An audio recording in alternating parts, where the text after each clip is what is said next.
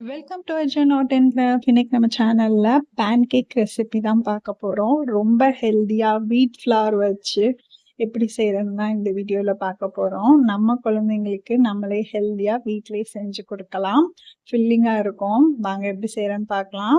இன்னைக்கு ஒரு mixing bowl, அதுக்கப்புறம் 85 கிராம் அளவுக்கு கோதுமை மாவு எடுத்திருக்கேன். பேக்கிங் பவுடர், 1/2 டம்ளர் பால், உப்பு, வெண்ணிலா எசன்ஸ், சர்க்கரை எடுத்திருக்கேன். சர்க்கரை ஒரு 5-6 ஸ்பூன் எடுத்திருக்கேன். அதை மிக்சிங் பவுல்ல கொட்டிக்கலாம்.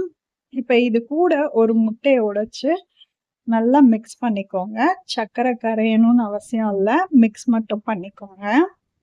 இந்த அளவுக்கு மிக்ஸ் ஆனதுக்கு அப்புறம் இதுல 1/4 டீஸ்பூன் அளவுக்கு உப்பு சேர்த்துக்கலாம். அதாவது ஒரு பிஞ்ச் தான் சேர்த்திருக்கேன். ஓகேவா? சின்ன டீஸ்பூன்ல ஒரு பிஞ்ச் சேர்த்துருக்கேன். நம்ம எடுத்து வச்சிருக்க காய்ச்சி ஆறுன பால் 1/2 டம்ளர், அதையும் இதுல சேர்த்து இப்போ நல்ல சர்க்கரை கரையிற அளவுக்கு நீங்க மிக்ஸ் பண்ணிக்கோங்க. மிக்ஸ் பண்ணி முடிச்சதுக்கு அப்புறம் வெண்ணிலா எசன்ஸ் ஒரு மூடி ஊத்திக்கிறேன்.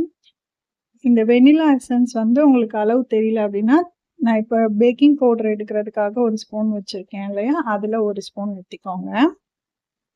இப்போ பேக்கிங் பவுடர் எப்படி எடுக்கணும்னா, இந்த மாதிரி இந்த ஸ்பூன்ல எடுத்துட்டு நல்லா இப்படி ஃபுல்லா வலிச்சு விட்டு கரெக்டா எடுக்கும். அதான் மெஷர்மெண்ட் கரெக்டா இருக்கும். நான் பேக்கிங் பவுடரை கோதுமை மாவோட ஆட் பண்ணிக்கிறேன். நம்ம அப்போ சேர்த்து வச்சு சலிச்சுக்கலாம்.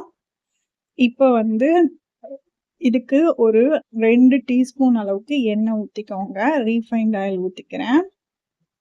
இப்போ ஒரு ஜல்லடை வச்சு நம்ம மாவையும் பேக்கிங் பவுடரையும் ஜலிச்சு விட்டுக்கலாம். எண்ணெய் ஊத்திட்டு ஒரு லைட் மிக்ஸ் கொடுத்துக்கோங்க.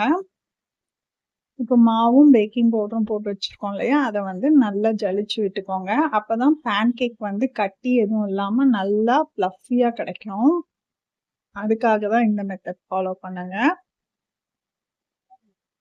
இப்போ நல்லா ஜலிச்சு விட்டதுக்கு அப்புறம் விஸ்க் வச்சு நல்லா கட்டிகள் எதுவும் இல்லாம அப்படியே ஃபைன் பேஸ்டா இருக்கிற மாதிரி கலக்கி விட்டுக்கோங்க.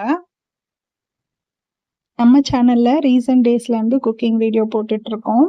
பார்க்காதவங்க ரெசிபிஸ் பிளேலிஸ்ட் வச்சிருக்கேன், அதுக்கப்புறம் குக்கிங் அப்படின்னு சொல்லி பிளேலிஸ்ட் வச்சிருக்கேன், செக் பண்ணி பாருங்க. இந்த அளவுக்கு பேட்டரை நல்லா மிக்ஸ் பண்ணதுக்கு அப்புறம் நான் தோசை தவால ஒரு ட்ராப் ஆயில் ஆட் பண்ணிட்டு நல்ல டிஷ்யூ வச்சு இந்த மாதிரி தொடச்சி எடுத்துக்கிறேன். பாதி பேட்டரை ஒரு சாஸ் பாட்டில்ல கேப் வரும் இல்லையா, நீட் கேப், அந்த சாஸ் பாட்டில்ல நான் ஊற்றி வச்சிருக்கேன். அதை பேட்டரை இப்போ சென்டர்ல ஒரு சின்ன ரவுண்ட் அளவுக்கு ஊற்றிக்கலாம்.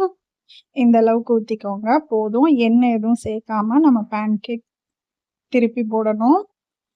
இதே பேட்டர்ல இந்த வெண்ணிலா பேட்டர்ல கொஞ்சம் கொக்கோ பவுடர் ஆட் பண்ணி சாக்லேட் ஃப்ளேவரும் பண்ணியிருக்கேன்.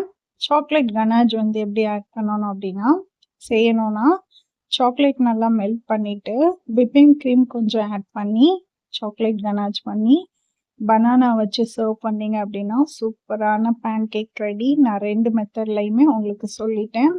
சிம்பிள் மெத்தட் தான் சாக்லேட் ஃப்ளேவருக்கு.